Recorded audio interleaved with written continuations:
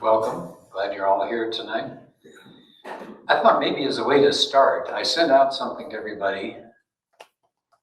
It was a book that I came across online. It's called Full Contact Magic. By the way, that's the way they spell it now, right? That's with a K. I got curious. I checked up on that, and they're trying to distinguish between magic, like David Copperfield going on stage and sawing somebody in half, or ta-da, here comes the pigeon out of nothing, So they consider that to be magic, and they put a K on it to mean this is serious stuff, and so it's a little different than the Copperfield approach. So this guy has a book out called Full Contact Magic, and they had portions of it available online, and yet he's trying to sell it. I thought, okay, so I didn't want to buy it, give him any money, but they had enough of it online that I was able to print off and send out to some of you, everybody, I hope, just pieces of his intro, right? So these are not the chapters, it's just kind of his warm-up for the book. So I thought maybe if you had a chance to read it and you had any thoughts, I was talking to Faith before class started. Faith, what were you saying about that you noticed a lot of it in there? It's very new age. Sounded very new age. Yeah. In what way in particular, do you remember?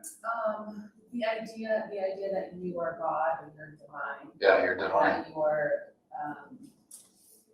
ultimately it's about the power and access to power. Yeah, right. Anybody else have a thought as you looked at it? If you had a chance to, Tracy? He was specifically targeting Christianity. We are thus and such as opposed to Christianity. Yeah. They didn't say anything else about it. Yeah. Islam or Buddhism or whatever. They know who their primary opponent is. Yeah. I don't know if everybody could hear that or online, but Tracy, didn't hear it okay? All right, so I don't need to repeat anything. Okay. Yeah, that struck me too, over and over again. It was, we do this, but the Christians do this. This is the way the Christians believe things. I just wanted to throw out a couple of comments here. Everyone is clergy. Did you see that one? That line in there? Everyone's clergy.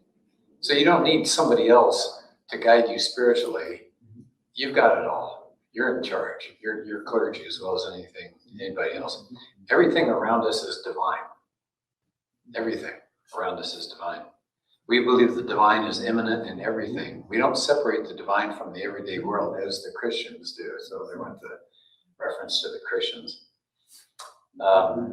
I thought, I don't know, this one struck me as his comment about Christianity. I don't think it was accurate. He said the Judeo-Christian worldview can be summarized as God is the potter and the world is the pot. This implies that God is not present in the world.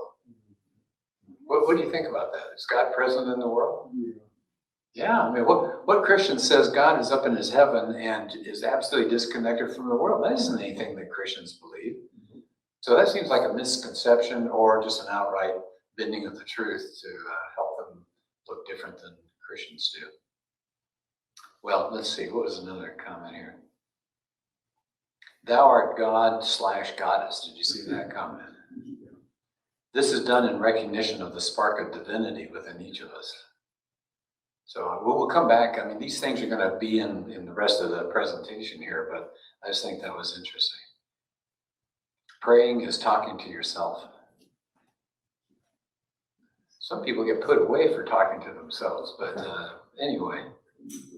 And then the comment toward the end there, the last part I thought was interesting, to reestablish a connection with the natural world around you. So the Wiccans are very interested in nature. In fact, they talk about gods, goddesses, and they worship nature and things like that. So they said many people in our modern world have lost sight of their connection to the natural world. Who's going to disagree with that? I think that's true too.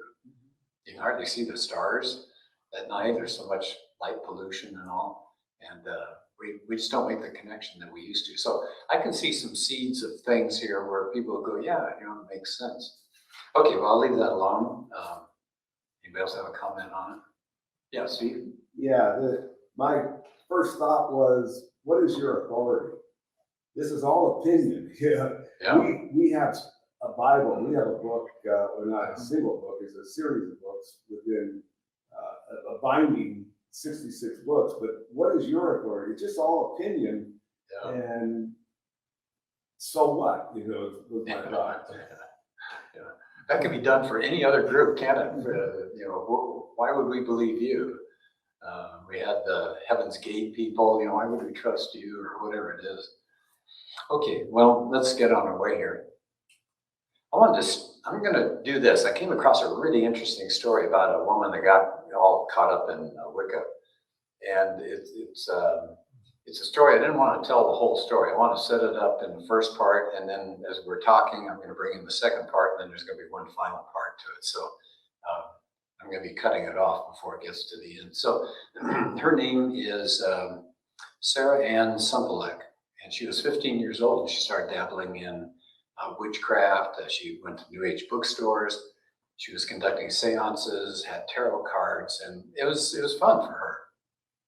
She got involved because her dad was interested in witchcraft and got really excited when he found a home in, this is, I forget the right state, Delaware. So they found a home in Delaware. He said, we're going to take this home. It's been haunted. So the dad was kind of tuned into these spirits anyway. And so they got into this house and the dad gave her a book, a very old book on witchcraft. And she loved her dad. And so, if dad thinks this is good, this is probably a good thing. And so she got really involved with it. And she said, this is a quote from her, I really felt like I'd opened up this key of something I was meant to do. And identity is huge, especially when you're a teenager. I think that's a really good point. Identity is huge. Who is she? Is she just one of a million kids out there? She's special. And so she wants to feel special. I had an entire altar set up in my bedroom. So this is how she gets involved in it. So I just want you to keep that story in mind. We'll come back to her a little bit later on. Speaking of stories, I started collecting all sorts of odds and ends. Here's what the New York Times had to say. This is their title of an article not too long ago. When did everybody become a witch? Witches are your millennial co-workers doing tarot card readings on their lunch breaks. Professional colleagues encouraging you to join them for a new moon ceremony aimed at career success. Witches are influencers. They use the hashtag witches of Instagram to share horoscopes, spells, and witchy memes.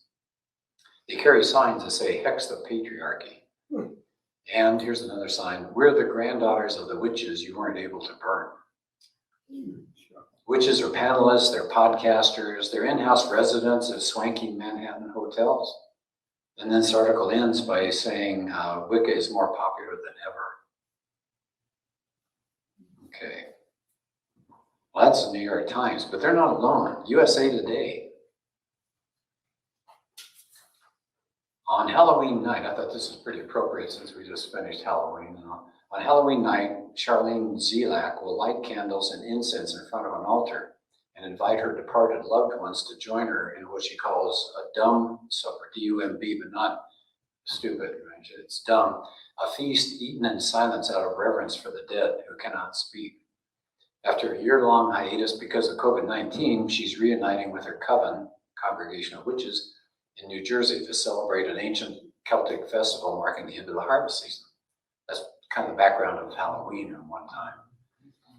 Okay, so hip witchcraft is on the right. Hip witchcraft. Right?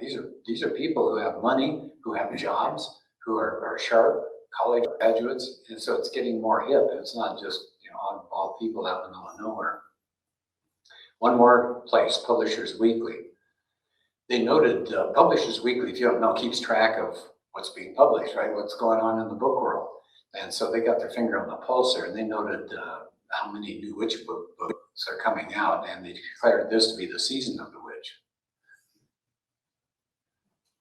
Finally, from a Christian perspective, witches outnumber Presbyterians in the U.S., and it's growing. Again, to hear that word, in this case, astronomically. We're not talking about just something very small. It's like a forest fire that's burning, and we need to be aware of it. There's a place up in Berkeley, California. It's been there for a long time. I remember that years ago. It's called the Spiritual Counterfeits Project. Anybody heard of them? They've been around. Okay, Betty's heard of them. So what they do is they are in the community and asking people, if you have questions about anything spiritual, UFOs or whatever it is, the odder the better. They want to hear about it. Well, guess what their number one inquiry is coming from? People want to know about Wicca. And they said nearly all of these questioners are teenage girls. So I'd like you to think about that for a minute. Now, I read from that one gal who said it kind of gave her an identity. So that's probably part of it. We're going to come back to that as far as teenage girls being involved. So let's pick up here. Wicca, I found like 3 or 4 definitions. I'm going to go with this one. Some people say it means witch. I've heard that. But this one I thought was really interesting. Some people think it means bend or shape nature to your service. And I thought that's kind of interesting. You could break that sentence in half there. Bend or shape nature. Do you remember when we were talking about the New Age movement and we were doing that Rhonda Byrne book, The Secret? Do you remember what her idea was? And not just her idea, but a lot of these New Agers say you can create reality. You can make reality happen. You can bend the natural world your way, right? It's all about what you need, what you want. And if you bring good things into life, that's because you thought of them. If you're thinking negative thoughts, terrible things are going to happen to you because you're shaping the things out there and it's coming into your life. And notice what it's for, to your service, not for the good of your family, not for the good necessarily of the country, not for the good of any group. It's all about you. You're going to bend nature for you. I mean, how powerful would that make you feel? You could go out there and actually change reality. That's a powerful drug, I would think, for a lot of people. Well, Wicca is a lot of different places. So I'm just going to touch on a few of them here. It's part of neo-paganism, nature worship that we talked about, the gods and goddesses from the old myths and all.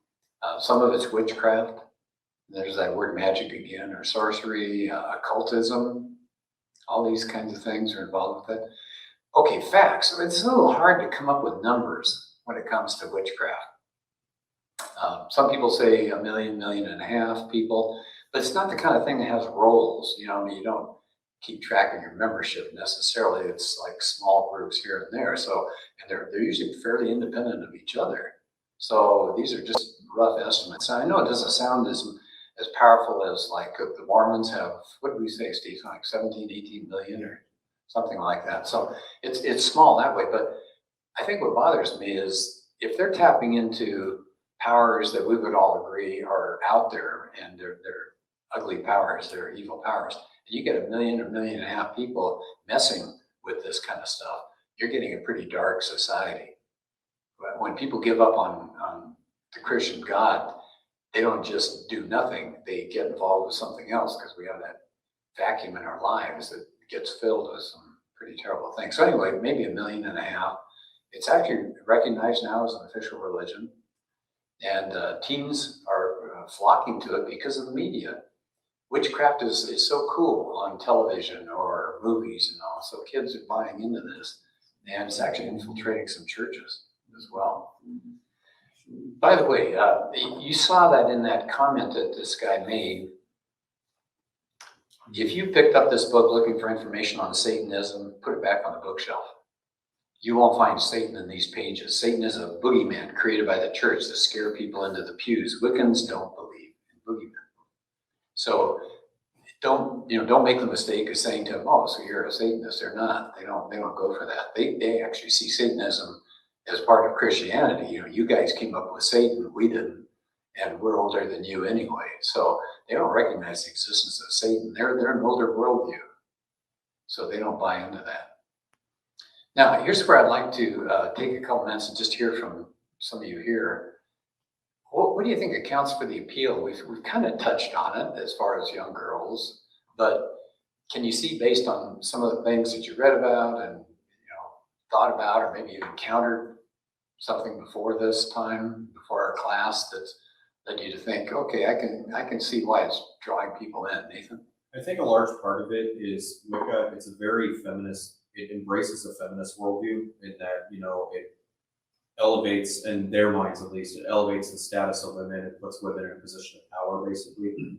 And that's kind of been the cultural framework for looking at modern cultural issues like religion, race, sexuality, is kind of in terms of power dynamics. So and I think that's why a lot of young women are getting drawn into this, is because they're kind of getting fed this message that, the Judeo-Christian view of things, it's inherently repressive to women, it's patriarchal.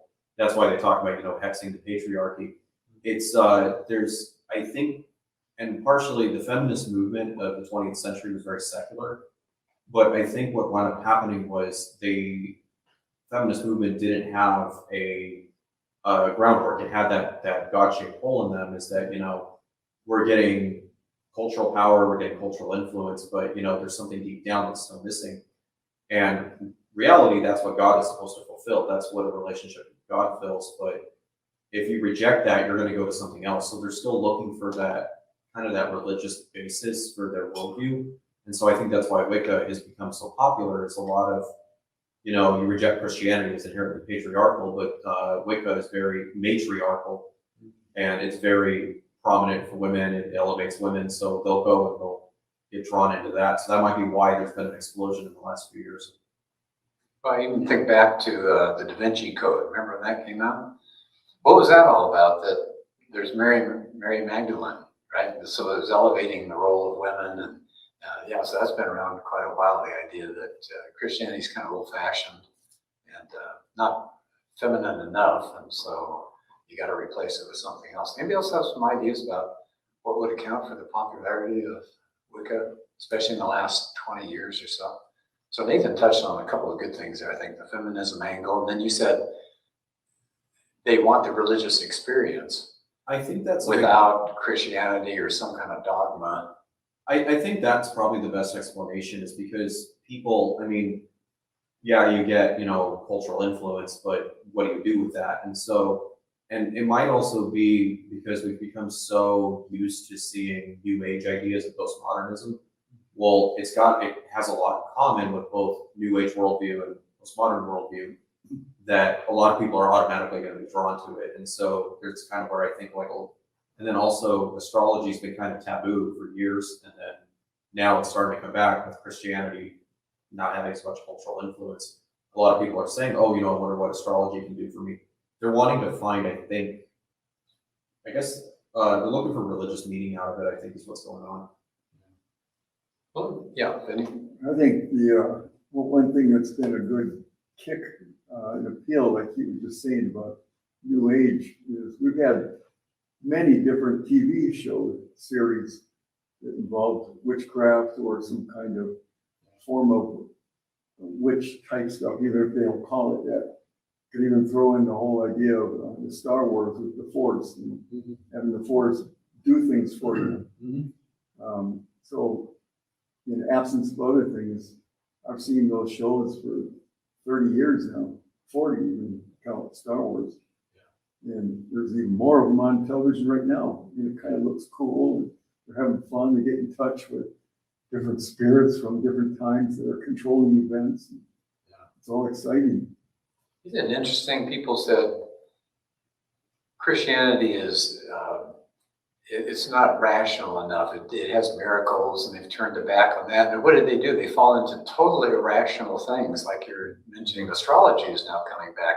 I mean, people are not replacing Christianity with something they think is wiser or more rational. It's becoming less rational. We're getting into a pretty dark society, I think. Well, let me run through at least some of the ideas that I think that you've already touched on, a few of them, so I'll go past those. But like Nathan was saying here, people are really open to spiritual things. How many times do you hear people say, I'm spiritual, but I'm not religious? Right? Yeah, you hear that a lot. I think what they're doing, again, like Nathan was talking about, they love the emotion of religions, people coming and singing songs, and it gives you goosebumps when you hear a great praise song or something. So they want that, but they don't want the traditional belief that goes along with it. They just want that ecstasy, right? That good feeling that they get from Wicca, I guess. I think this is huge. Our society has gotten to the point of everything's irrational. You can explain away everything. There's something called scientism that says science can explain everything. So if you look at a beautiful sunset, a scientism kind of person would say, well, don't gush over it. It's just that certain wavelengths are hitting your eye. That's all there is to it. Or you hear music. Well, what's music? It's just waves hitting your ear and setting off a series of things that go to your brain, right? It's taking all the joy and the fun out of life, and it's been sucked dry. And this, I'm a lit major, so I read all these transcendentalists, way back when. Anybody read Emerson? Remember Emerson, Thoreau? Okay, so what did those guys say? This is the 1800s, and they were reacting the very same way. They were part of this romantic movement that came in about 1800 that was saying, our society is getting too dry. It's getting too rational. It's all about proofs and math and science and all this kind of stuff. Where's the human spirit? Where's the mystery of life? And so I think Wicca appeals a lot to that view. And I can understand that. It's very subjective, isn't it? It's all about what you want. You're the clergy. I mean, you can't get more subjective than that. And it's all about the experiences, it's not the head, it's much more of the heart. We talked about this before. It worships nature. And then it promises power, right? You can bend nature. How powerful would that be? And through all these different ways, depends, you can kind of smorgasbord it if you want to. You pick this, or you go into trances or whatever. And then I got a quote from somebody who got involved with Wicca and said, I wanted to have power over the things that scared me. Oh, that was a good line. I wanted to have power over things that scared me. So you get power. And don't you feel like a lot of people today do feel powerless? They feel like they don't really count. Our society is getting more nameless. We don't know our neighbors as much as we used to. We're all kind of individuals anymore. And what can you do to really make a difference in life if it's just you? Tracy? Along with money and sex, power is the third thing that is primary appeal to any kind of cult. Yeah. Which makes you wonder, Christianity went all against that, didn't it? You think about the disciples. So they gave up everything they had for what? Money, sex, power, 0 for 3. And they got none of that. They got harassed, they got put to death, they got, driven out of the community. Yeah. And it caters to yourself. Right? It's all about you, and you get to design it, whatever you want to do. You're totally in charge of this. That's kind of an aphrodisiac, I would think, for a lot of people. It's reassuring in a way, too, because if you didn't get it right this time, you're going to come back again. You're going to come back again. You're going to come back. They see it as kind of a progression, not necessarily you're going to come back as a toad, right? You're actually going to be better and better, and so life will just continue in a new form. I think we're also in an anti-authoritarian time period, aren't we? I mean, I'm back in the 60s, and the thing I think of is don't trust anybody over 30. Anybody remember that? So that's part of it, right? We don't trust authorities anymore. Well, probably for good reason. Why really led us down some bad paths, whether it's politicians or other kinds of leaders. But this really taps into don't pay any attention to somebody who's gone to college or studied things or a theologian or anything like that, or trust them. Right? So anti-authoritarian, it's your own experiences. And don't listen to other people. And again, we talked about this, but the fact that it's a very feminine kind of thing. A lot of girls like the idea of goddesses rather than male-oriented society. So it's really seen, I think, Benny brought it, I think you used the word cool. Right? So it's cool, it's hip, it's a little dangerous, kind of living on the edge, and it seems like kind of a rush for a lot of people. Well, there are a couple of key ethical principles that Wicca has, and I wanted, again, to get your feedback to see from a Christian perspective, if somebody was to talk to you and say, these are my values, what you might want to say back. They have something called a Wiccan Read, which is do what thou wilt, but harm none. Okay, pretty obvious, right? Do whatever you want, but just don't bring harm to anybody. Anybody see a problem with that from a Christian perspective? Yeah, Nathan? You could ask them what exactly they have in mind, do what you will, but harm none. What do you mean by harm, and why do you think that, we shouldn't engage in harm? Just kind of just feel it out and see what they need. Yeah, which is sort of the Coco thing. What do you mean by that? Yeah. Does anybody really know what harms other people? We say, well, that isn't hurting anybody. Is that true? There are things we have no idea the harm we can bring. I mean, we may not go hit somebody over the head, but by living a certain lifestyle, I mean, maybe other people are watching us and we're harming them that we didn't plan on. We don't know. Seems like we can harm people in a lot of different ways that we're not necessarily aware of. I think just something else with that, because we sometimes hear this brought byproduct of like sexual ethics is like, well, look, I'm not harming anybody. And the thing is, yeah, maybe not initially, but over time, these types of lifestyles, these types of fetishes, these types of addictions, they can end up causing harm. They can end up leading to broken relationships. They can end up leading to mental illness. So yeah, you may not be harming anybody right now, but in the long term, you might be hurting these people later on down the road. So I think it's a very short-sighted approach to thinking about ethics. Yeah, it's a really weak ethical system. I mean, think about somebody that decides they're not going to work anymore and just hang out, right? Just take collections from people driving by or something. They say, well, I'm not hurting anybody. Well, you're not contributing to society. I mean, in a sense, if you think about things outside of you, you're affecting a lot of people out there. Here's the other one that they believe in. They call it a threefold law. All the good things you do will return to you threefold in this life. And any harm you do is going to come back to you 3 times the harm. Okay, from a Christian perspective, anybody have a thought about that? Says who? Says who? Yeah. Where's the authority for that? Huh? Alan? Well, Christians have that there's consequences for all your actions. Like what you do, there is a consequence. Yeah. I've never had life work out this nice and neat. I mean, I might do something nice for somebody. Do I really get 3 times that? Why the number 3? Where did that come from? I mean, I don't know how they come up with this. And okay, I do 1 bad thing. Are 3 bad things going to come back to me? And some people, I look around and I think they're getting away with murder. They're doing a lot of bad things. I don't see a lot of stuff coming back to them. This simplifies life, I think, way too much. Tracy? I mean, this implies that there is some mechanism or some superseding entity making a judgment call as to what is good, what is bad, and you say defining the number 3 as being a magical equation for what you're going to receive in return. Yeah, like karma. Right? Who's running the karma machine? Same idea there. Who or what decides, what level you're going to come to next in your next life? How do we know the machine's not rigged in favor of certain people? Like maybe some people will get more good in their lifetime than others.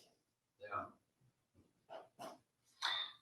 Okay, next section. What I'd like to do is kind of do a worldview section here where we look at what does every group of people who are part of a religion or whatever, they all come together because they see life in a certain way.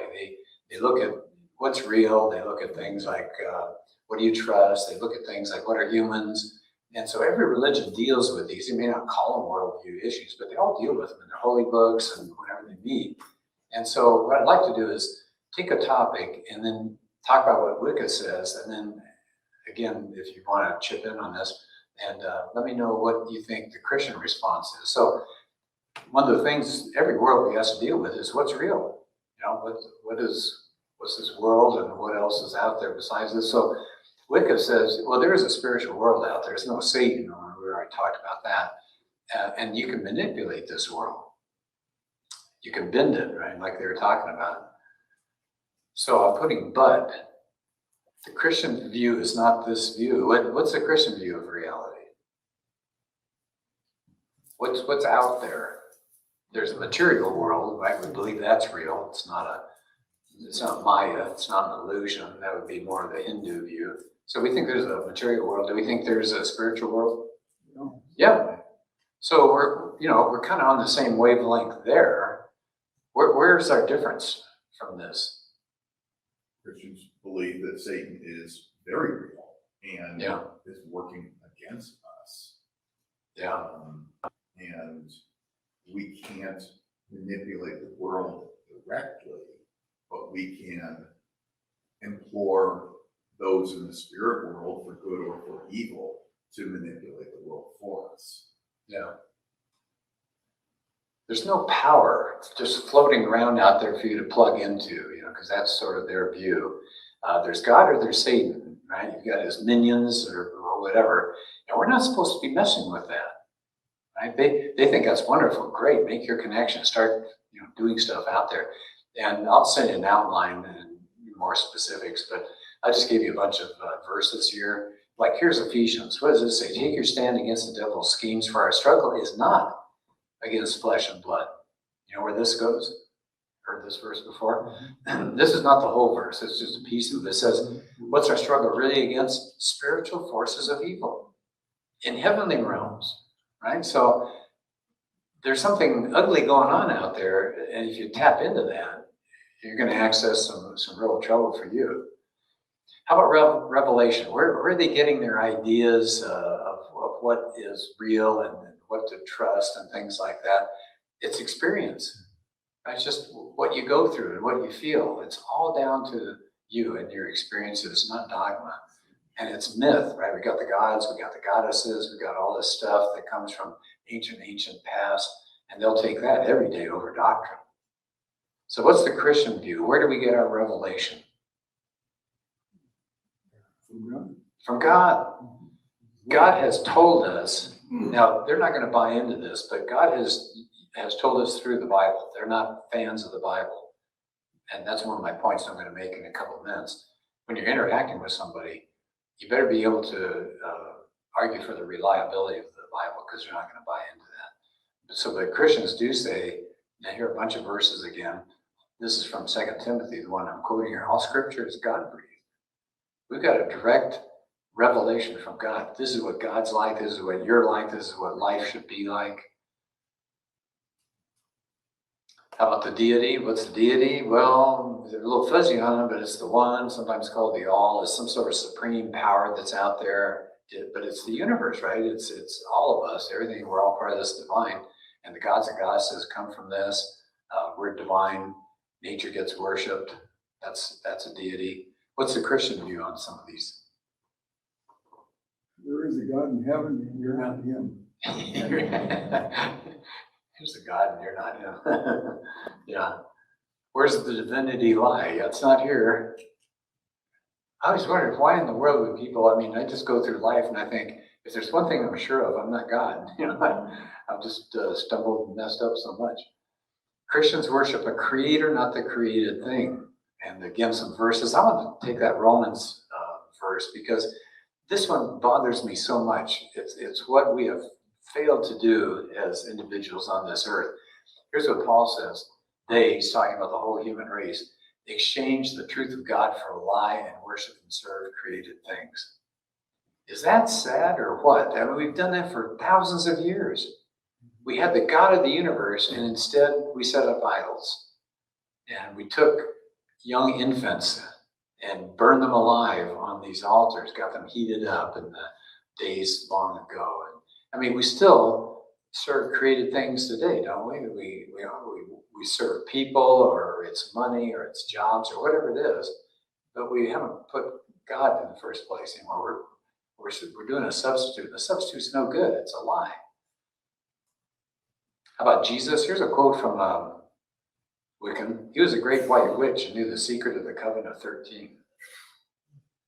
You know what stands out to me in that verse? The word secret. Does that sound familiar? Rhonda Byrne called her book The Secret.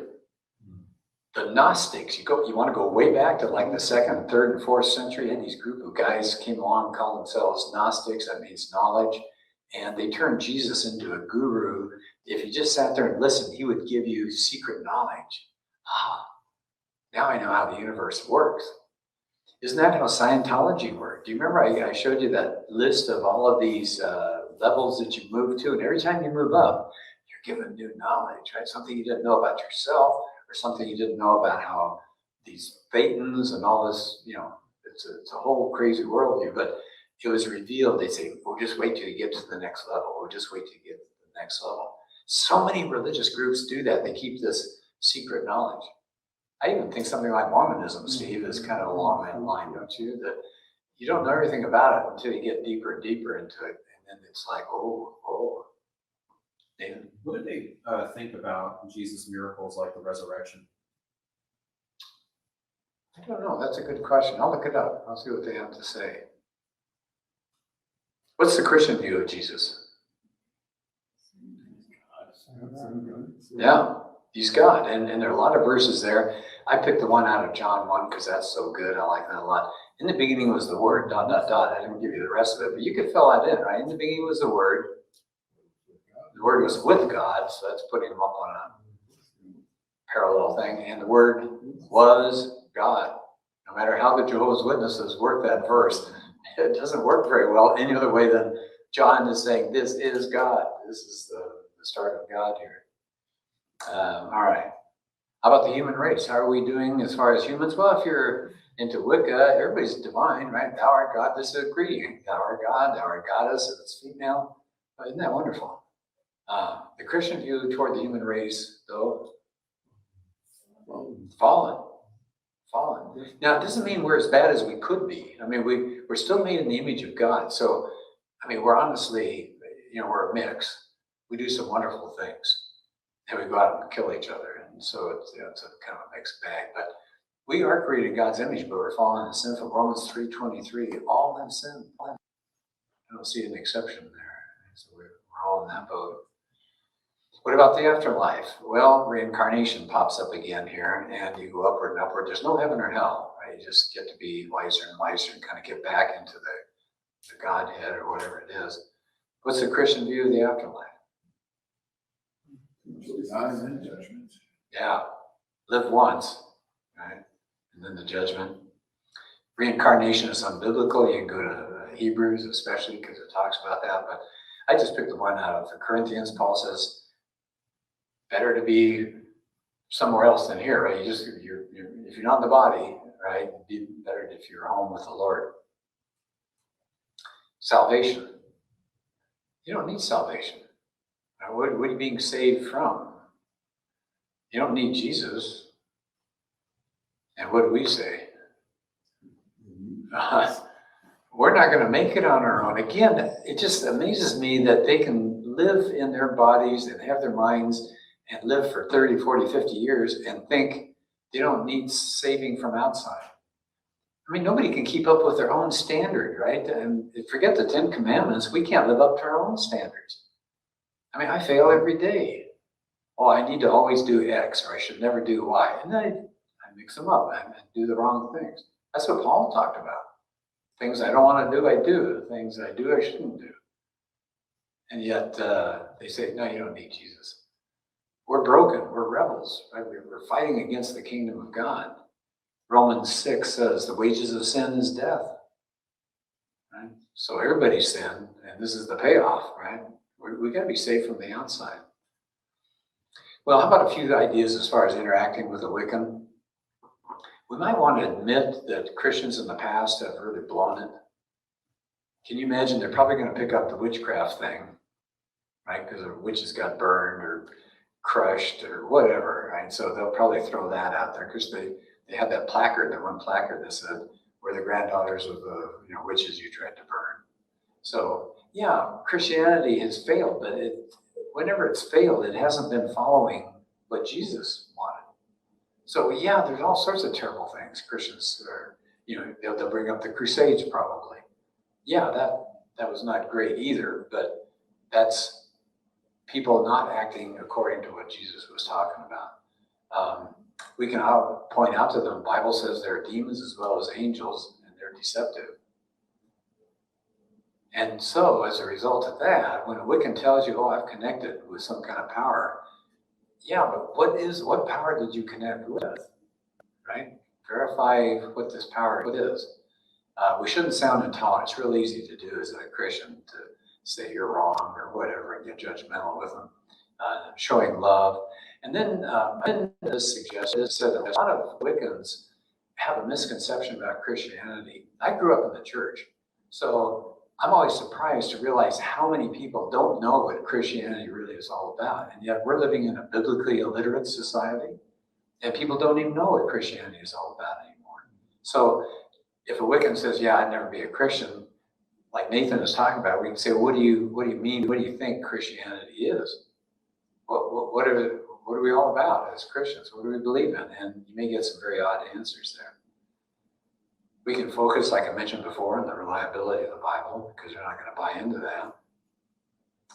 Stressing a personal relationship with God. What a wonderful thing, huh? Every day, to be able to have that kind of relationship. And then again, I read something that said, you know, a lot of Wiccans are suffering something. They have some kind of psychological breakdown or problem in their life. And if you're on a good level of relationship with somebody, you know, maybe that'll come up. You can ask them, how are things going? How's your life going? And there may be a real big hurt in their past or something that's causing some of this issue that they're dealing with. We can appeal to Jesus as somebody. He's more than a white witch, right? We can say he went to the other side. And then here's the cool part, he came back. So he's got some inside knowledge. Wouldn't that be nice to know?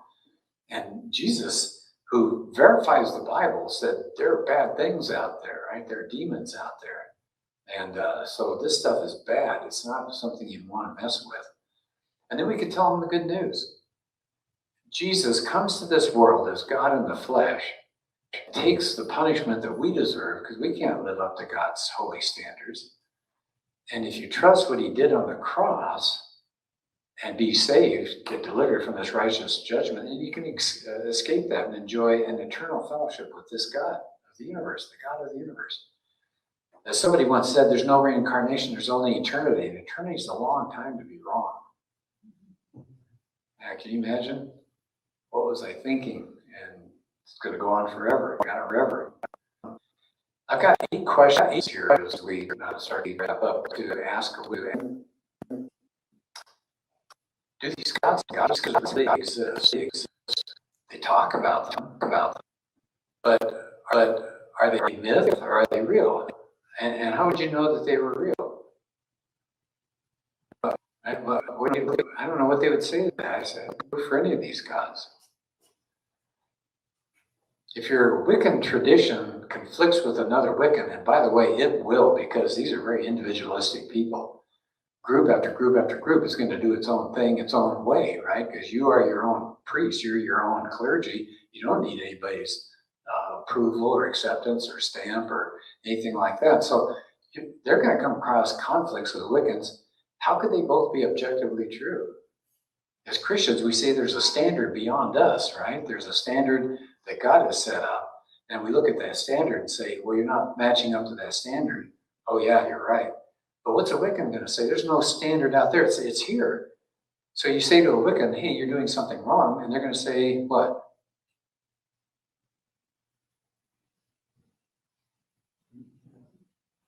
Rick? Easy to say that's your opinion. That's your opinion. Who are you to tell me what to do? You have your standards. I have my standards. I like vanilla ice cream. You like chocolate. You can't argue about those kinds of things. But Christianity says, no, there's an objective truth out there somewhere else. If your religion is built on your desires, doesn't that make it your invention? I want life to be like this. I want things to be this way. Well, great, good for you, but you're just creating this out of nothing. Right? It's your invention. Is Wicca able to be shown to be false? Right? Or is it absolutely non-verifiable? Well, guess what? It's non-verifiable. Steve was mentioning that before. Why believe it? They got zero proof of these gods and goddesses and things like that. If your spells and incantations do produce results, by the way, they do produce results. They'll say, well, look, I got this, and last night, they'll tell you these stories. Good question is, well, how do you know the power that's coming that way? How do you know that power is good or not? They don't know. This is a hard question. Have you ever felt any hostility to Christianity? Tracy was talking about that a while ago. They tend to see Christianity as the enemy. Have you ever felt hostility to Christianity or had an attraction to dark things? The further you get into Wicca, the darker it really does get. So I want to go back to that story I was telling you about.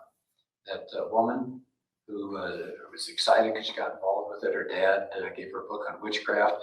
And she says, she's got all these altars going and she's casting spells. And she says, then things began to take a more sinister turn. And she didn't explain, which is good because I didn't want to know some of the things that went on. It was pretty creepy stuff. But she says the enemy is about seduction. You get lured in. It's good stuff at first, and it's bright lights and flowers and everything's wonderful at first. And she said, I don't even like to think about the things I began to see. And then she says she started getting nightmares. And she said during this time, her spirit guide began to convince her to end her life. So they had a car, apparently it had a really bad carbon monoxide leak. And she says, one night I drove away in my car intending to never come home again. As I was driving on the back roads, waiting for the carbon monoxide leak to do its work, I remember feeling relieved. Perhaps now, she says, I can finally escape. So, and this is not a peculiar story. These stories pop up all the time. If you can take it, you can go online and see some of these things of this darkness. It's a spiral. And it gets darker and darker as people get involved in it. Thank goodness there's a third part to the story. I'll get to that in a couple of minutes. Here's another question. You say you should do no harm. How do you know what harms people? We talked about that one, right? Because that's a Wiccan read. Don't do anything you want, just don't harm people. How do you know what that would be? Oops, went past it. Since there's no absolute truth or morality, what can you say to a witch who's doing something you believe is wrong? We already covered that one, so I'll go on. How about witnessing to a Wiccan prayer? This is so important because they're dealing with some pretty powerful stuff. Yeah, this is nothing you want to just go skipping into. We should be respectful. We can admire the fact that they're on a spiritual quest. I mean, that's great. You're finding something out beyond just this life. And they have that respect for nature. Great. Okay, we do too. By the way, Christianity's gotten a really bum rap as being anti-environmentalist. And we could do something on that sometime. We could ask questions. That's what Kokel's always good at. Greg Kokel asks questions and look for inconsistencies. There are going to be a ton of them. Remember, you don't call them cultists or Satanists. Challenge them to read about Jesus. If he's that great white witch, why don't you read about him? The best place to go are his 4 biographies. Right? Matthew, Mark, Luke, John. Probably take them more toward Luke or John. Matthew is pretty Jewish, and I may lose him with anyway. So plenty of good places to go to there. Okay, so I want to finish that story. I don't want to leave it. Yeah. What comes to mind is when Jesus' disciples was not able to cast out a demon, and he said, this one only comes out with prayer and fasting. I'm thinking if you are dealing with spiritual forces on this order of magnitude, that maybe fasting might be appropriate. That's true. If you feel led that may be required as part of your prayer. To be able to deal with these spiritual forces. Yeah, that's a good point. I thought that one question, actually 2 thoughts. So one question that I found really helps, just an open-ended question is, what do you think it would take to change your mind on this issue or to see if Christianity is true? But I was also thinking that, and I was remembering back to a few weeks ago talking about Mormonism, probably don't assume that everything's going good for them right now, because I think eventually this movement with all this interest in witchcraft and Wiccan, I think it's going to burn itself out pretty quickly. Because I think a lot of people are going to end up pretty hopeless when they see that it's not going well for them, when you get the bad health diagnosis or the financial situation comes up or the relationship falls apart. And I think they're going to need to know where to turn when this doesn't work out for them. And I think that as Christians, we need to be there to make sure that, they have somebody they can turn to. Yeah. I don't know if you remember when we were talking Scientology, one of my last slides was saying, when L. Ron Hubbard lets you down, let's talk. Right, so same thing here. Actually, Nathan, we can expand that. Our society has basically decided to live life without God. And I've heard more than one Christian pastor say, we need to be there to pick up the pieces. Because society, you can't live that way. You can't live as if there's no life after this life. Right? I mean, it's pretty bleak if you say, you better pile up a lot of stuff and enjoy yourself because you're going to drop dead at 70 or 80 or whatever it is. And then in the ground, and you're gone. That's it. Well, there's never been a society that's lived like that. They've all thought there was something else beyond this life. And we're just cutting that off, offering no hope at all. So basically, we're telling people, you better be a success. And if you don't get to the top of the salary ladder or the job or the relationship, like you were saying, things start crashing, and what do they got to hang on to? Steve, you're saying when you're dealing with some of the people that were really seriously ill, did you ask about what support they had? Yeah, that's one of the key points to getting into a spiritual conversation at a hospital. I was a chaplain, and I've done this for years, even when I wasn't a chaplain, and that is ask somebody who opens up to you and tells you about some things that are going on that are hurting, say they're gonna have to have a surgery, a brain surgery or something, and you ask, what support do you have? And that's a counseling question. That's what counselors ask. What support do you have? But there's a second question that I came up with was, have you ever thought of spiritual support? Hang on to that, because that will get you 100% of the time I've said that, I've gotten into a spiritual conversation that turned the whole conversation, and it was a positive thing, because then they say, well, I used to go to church, and now you can start asking questions. Well, what do you believe about God? What do you believe about heaven? Do you think you're going to heaven? That door is opened by that turning question, have you ever thought of spiritual support? I think our society needs a lot of spiritual support these days. Okay, well, I've left you at a bad spot. This gal's out driving and thinking about suicide. She said the attempt failed. She blacked out before waking up on the ground next to her car. She doesn't have any idea how she got there. And she actually thinks it was angelic intervention of some kind, because she was sure she was going to die. And all of a sudden she's on the ground. So she thinks, okay, life I got to go on. So she goes off to college. And she's in a dorm, and she's in a dorm room with 2 Christian women. And she's going, great, no parties. And they were Bible-believing Christian gals. And so they started, having a little share time, Christian share time. And she said she started witnessing the peace and security these girls had. Doesn't that sound like what, is her name Lori? Lori. Yeah. Lori said kind of the same thing, didn't she? That she saw these Christian women, and guys too, I guess, but just they had a satisfaction about their lives, that they felt contented, and she saw that, and she said, there's something going on there. It was the same thing with this gal. She became intrigued, and she started eavesdropping instead of just doing something else. She started listening in on their conversations. She took them up on an invite to another Bible study. And then she said she first heard the message of God's love and grace towards sinners who put their faith in Christ. Isn't that sad, though, that she had to, she got into her late teens, early 20s before she ever heard that. Man, that should be shouting from the rooftops, right? That's the Christian message, but people just haven't heard that. So she said, I made God an offer that night, right before Thanksgiving, so this is her anniversary, somewhere along in here. I told him if he was real, if he really wanted me, then I was his. He took me up on the offer. She said she burned the books, burned the candles, idols, and other items in a big bonfire. She said, I know God was pleased with that. I have traded a whole lot of nothing for a whole lot of God. It was a pretty good deal, if you ask me.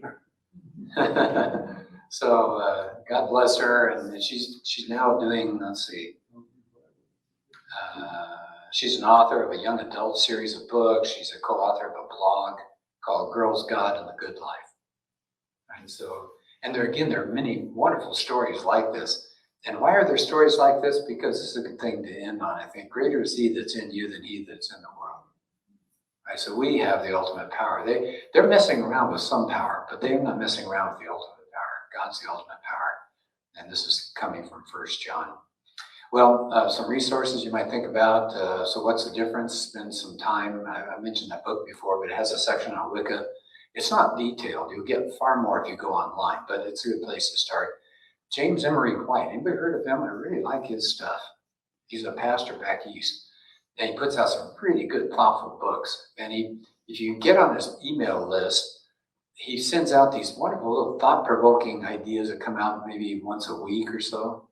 Just type in James Emery, E-M-E-R-Y, James Emery White, really good stuff. If you want, I can send you a link to this stuff. And then plenty of good websites. I like CARM, C-A-R-M. I think, Steve, you mentioned that before. And Tracy, did you? Yeah. What does it stand for? No, I think it's run by Matt Slick. Yeah, Matt Slick runs it. Christian Apologetic Resource Ministry? Research. Okay. All you have to know is carm.org. That's a really good one. But I got stuff from Got Questions. I got things from Focus on the Family. I mean, there's some wonderful resources out there. We don't have to just kind of wander around. There are places to go to. Well, so we got like a couple minutes. If anybody has a question, otherwise we can just stick around, or a thought about Wicca. Yeah, I'm gonna take Bob for Bob. How long has it been around? Thousands of years, right? Yeah. Yeah. I mean, you go back to the Druids and the Celts and all these people, they were worshiping nature and things like, yeah, so it's got a long history, doesn't it? Doesn't mean it's right just because it's been around a long time, but it's been around. Steve, did you? Yeah, I'm just gonna mention, with any of the groups that we've talked about, it's all about relationship. It's about meeting people and getting to know them and forming a relationship. Somebody who's a witch, form a relationship and hang out with this individual, because friendships make a powerful difference in the lives of people who don't know Jesus.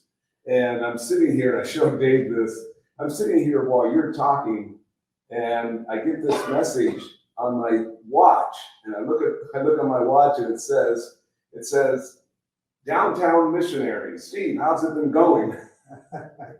and I haven't even formed a relationship with these guys. I just met them at Kit Carson, and they had my contact information from the previous missionaries I met at Kit Carson. And they passed it on to him and said, you need to contact this guy. And so, you know, I don't know where I'm going with this. I'll talk to Nathan and say, what do you want to do? They're the downtown missionaries. You live in the downtown. Maybe we can meet at your house type thing. But but the point is, through relationships, we can help people come to know Jesus. Nathan, you had a hand up or something. Yeah, I think I was just gonna ask, is there a connection with a lot of the Native American religions? Because I think I've heard a lot of people affirm their teachings as well. Yeah, there is the, how do you pronounce it, shaman or shaman? Shaman. Okay, so yeah, there's that kind of thing going on too. Rick, did you have oh, okay. Yeah, Benny? You mentioned Jesus being a witch, but isn't that a female term? They talk about warlocks. Yeah, that's an interesting point. Yeah, I know. the quote was that he was a white witch. The Satanist covens up in Idlewild, where I didn't greet him, but he was a shop owner back in the early 2000s up there. Strange looking white-haired kind of guy, but he was one of the warlocks that ran a coven. Somebody else had dealt with him as a police chaplain stuff, and he told me where the guy worked, so I had to go down and go see what a warlock looked like. But yeah, it's definitely. It's in our backyard. Idlewild's not that far. No, but that was male is a warlock and females are witches. I think witch is non-gender. It might also depend on who you ask. Some might just use it as gender non-specific, especially because it does involve a lot of progressive ideologies. It's probably not going to be gender specific with a lot of people. Some older traditions, people who might hold to some of the older Anglo-Saxon traditions, probably they might use those terms. So it's probably just going to vary from person to person. I heard an interview on NPR some years ago with a witch. She classified herself as a white witch, meaning that the spells that she would cast on people or for herself were all for good. But she did talk about others that they call, in their groups, they call them black witches, because they're out there for their own selfish interest and they cast spells on people, hex them and all that. I thought, okay, so they've got some kind of right and wrong ideology in their mindsets. But when I was reading that handout you sent, email, I kept asking the question is, how is this really different than Buddhism? It's one and all. I commune with the deity, or Buddhists would say. Buddhism is pretty much atheist, though. I mean, these guys say there's tons of gods and goddesses out there. Yeah, but the idea that you join with the greater everything, the one.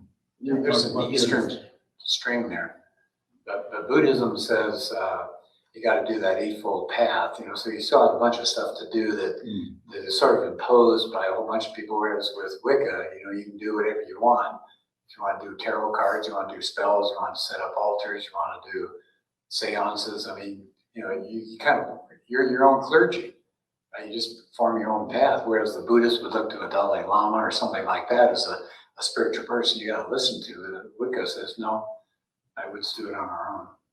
So I get the sense that in Buddhism, they're seeking to achieve or attain something, whereas in Wicca, they're looking to manipulate the spiritual forces to alter reality in their favor.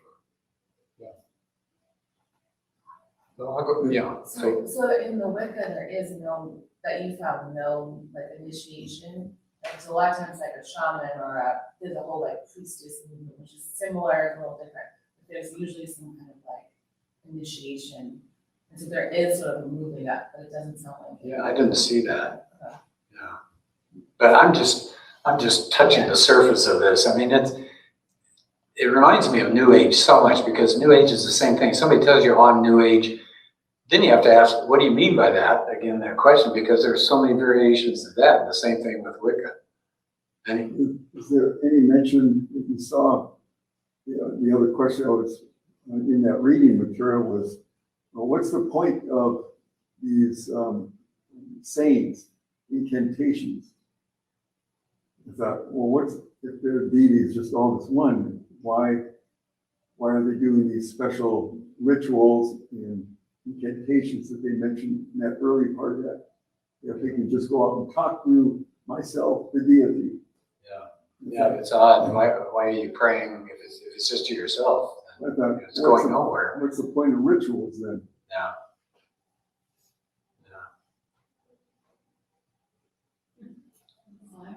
Christmas is coming. Handel's Messiah's playing. Anyway, let me close and stick around if you have some We questions. also have next week. Yeah, Steve mentioned we're going to split half an hour and a half an hour. So like we started the first week, we split that night. We're going to split this last night. And Steve's taking on an interesting religious organization that you may have passed by a bunch of times. It's on El Norte, isn't it? Yeah, El Norte and Ash. Ash. And it's the World Mission Society Church of God. Yeah. And it is an aggressive, very aggressive belief system. They're trying to grow, and they'll go door to door. They'll be at Walmart, Target, trying to recruit people. And I've encountered online, and then at my door, they came to my door. So come back. It's interesting to find out about this group. Tracy's had some interaction with a group member too. I'm going to take on, we've now spent the spring and the fall semesters here of our classes talking about all these different religions and New Age stuff, I mean, everything. And so I'm going to try to kind of wrap it all up and say, why is Christianity the right choice out of all of these? So we'll kind of put a cap on it that way too. Well, let me close. Father, I thank you for the power that you have, the power that's over all these other powers. We do realize there are other sources of power that's evil. It can be twisted. And we pray that if we do encounter somebody who's dabbling in these, that we will pray about it first, but have some wisdom in how to interact with them. And we pray that, like this one gal, that we'll live our lives in a way that's a relational connection, can make a relational connection with other people, and let them see Christ in us, not just our words, but just our lives. And I thank you that we do have this power, and thank you for loving us and caring for us and wanting the best for us and not leading us down a dark road. And pray this all in your son's name. Amen. Larry, we're not streaming next week. Oh, okay. So no streaming next week because Alan won't be here, right? But we'll record it. Video will come up a couple of days later. Okay, good. So it'll be recorded. So if you can't be here, then you can see it later. Yeah, thanks, Alan.